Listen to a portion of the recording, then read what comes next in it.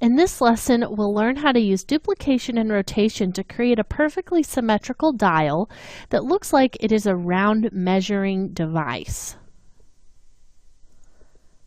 Okay, so earlier we talked about how we could use the stroke panel to create shapes like this. And this one in particular is the one that I'm going to be focusing on right now. So I'm just going to go ahead and duplicate that again just by alt dragging this. And this shape really has a look like kind of a measuring device that you would have maybe something that's round. But the key thing that it's missing is that it doesn't have any longer pieces to kind of show where the bigger measurements break. So these are all just kind of the same length, and it would be hard to use something like this. You can see that in the ruler that we have here, we've got 5 pieces and then a large tick mark with a number, just kind of as we had over here when we created this ruler. So if I try to use the stroke panel to do this, it's going to give me some trouble. So if I just take this line and alt click it to duplicate that, I can try to make another set of lines that's slightly bigger. So just duplicate that and then maybe scale it up a little bit. But you'll notice that these no longer lay right on top of each other like what we had over here. So now, because we scaled them up, they're not overlapping the way they should, and it's kind of a big mess. And that's simply because this line that's going through the center of the stroke isn't going through the center of both of those strokes. So you can see that little space there is how much that offset is distributed along the whole circle. So I'm going to delete one of those, and I'm going to show you a different way that you can do this that's going to give you exact measurements all the time. And really, honestly, no matter how you try to use the stroke menu or the stroke palette, it's going to be very hard for you to control because you don't really have any control over how many dots or lines or strokes are on the circle, simply because of how large the circle is. So it would require quite a few calculations to figure out exactly how the dashes and gaps would interact with the exact circumference of the circle to give you the right number that you wanted. So what I'm going to do instead is simply create a couple of lines, sort of like what we did whenever we were creating the blend shapes. So right now that still has the dashed line for the stroke, so I'm going to go ahead and turn that off, and then we'll turn this way down to something just like maybe a 1 for this. So it's going to be a pretty small little stroke, just like what we have over here. And then I'm going to take that same stroke and hold down Alt and click and drag this, holding Shift as well, so that I've dragged that down in a perfectly straight line. So now what I have is basically the top line that you would see maybe somewhere right in there, and the bottom line that you would see down here on that same circle. And I can drag it down a little bit further just to get closer to that same diameter that we have on this circle here. Now I'm going to go ahead and delete this circle, and we're just going to focus on these two shapes. So an easy way for us to start making our own circle is simply by duplicating and rotating these two shapes, and it's actually pretty easy.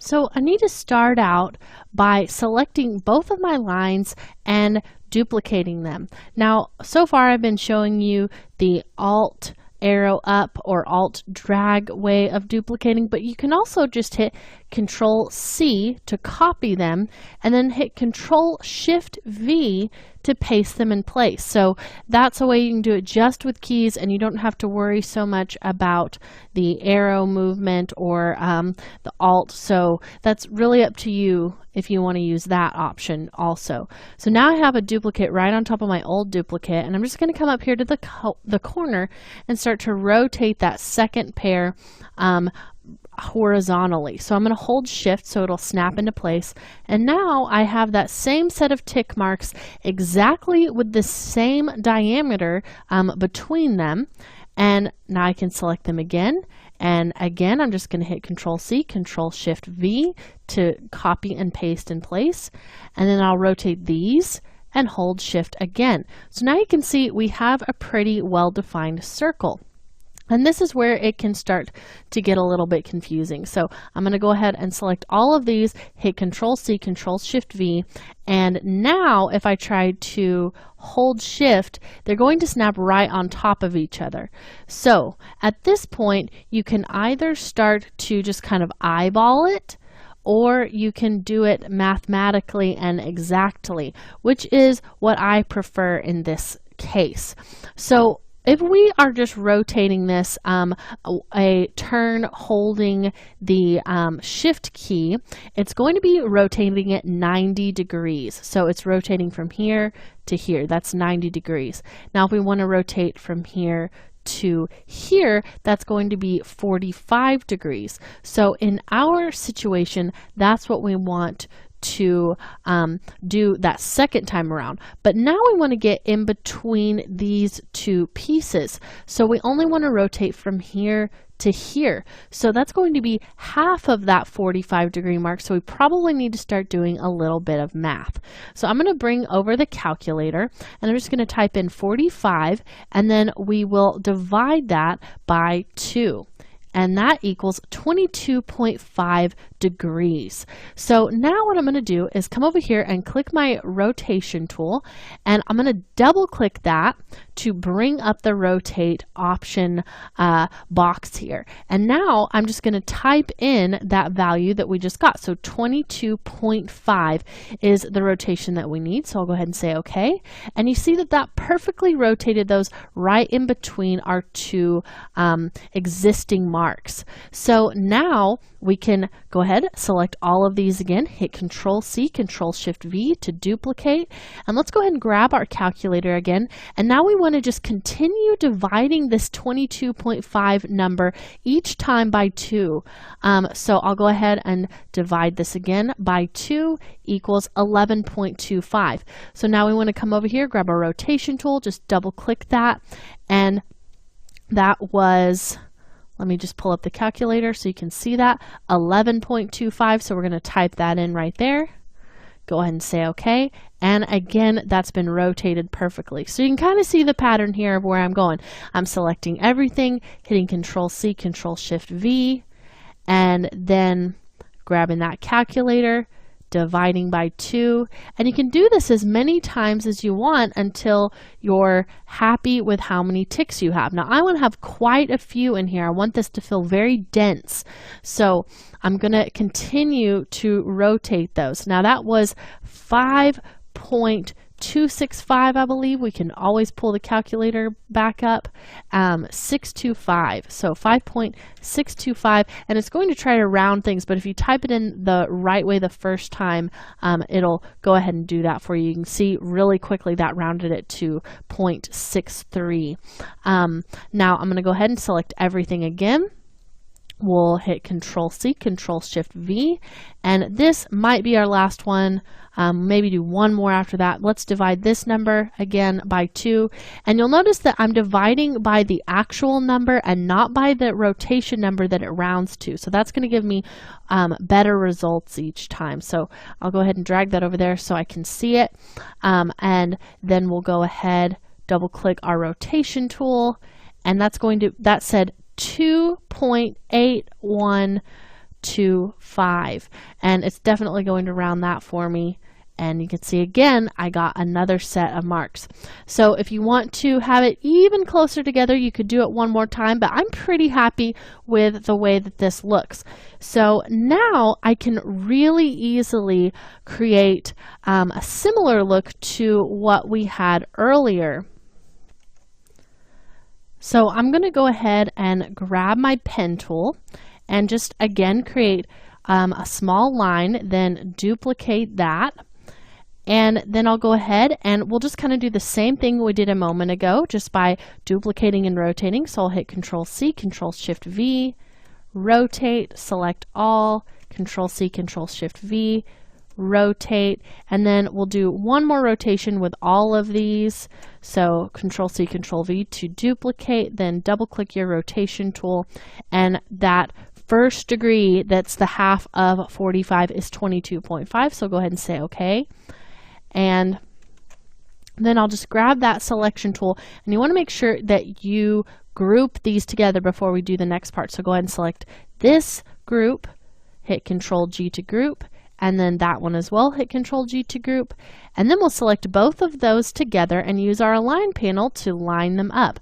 And simply because of the way that we've created these, now they are going to perfectly sit on top of each other, and we don't have to worry about them getting out of line simply by us scaling them up or down. So you can see that I can scale those up by holding Shift and Alt, or scale them down holding the same thing, and they're always going to overlap each other. And that's just because we constructed this by paying attention to the degrees and not just using the stroke panel, which really just gives you kind of a just a quick and dirty sort of version of what we've created here, which is a lot more mathematically symmetrical because we used those degrees to do that. So now we can create lots of shapes using that method now that we've kind of perfected that. So I can, make this shape here, maybe come in and make the smaller set of tick marks that blue color, and you may want to go in and individually delete the ones that are underneath the orange. That's of course up to you. It's easy if you just double click the line itself to delete it. Then you don't have to go in and ungroup things. That might make it just a little bit easier for you to use it. And I'm just holding that space bar down to drag that around if you haven't caught on to that little trick yet. And sometimes if you get it in the right mode in your groups, just by double clicking, you can come through here really easily and delete them really quickly. And it's easier to delete after the fact, after you've kind of already drawn them like this, than trying to go in first and delete them and then fill in the gaps with the orange pieces you have. So I was just double clicking to get into that isolation mode that you saw there. So now we have this really nice little graph that we've created, and really does look like some kind of measuring tool.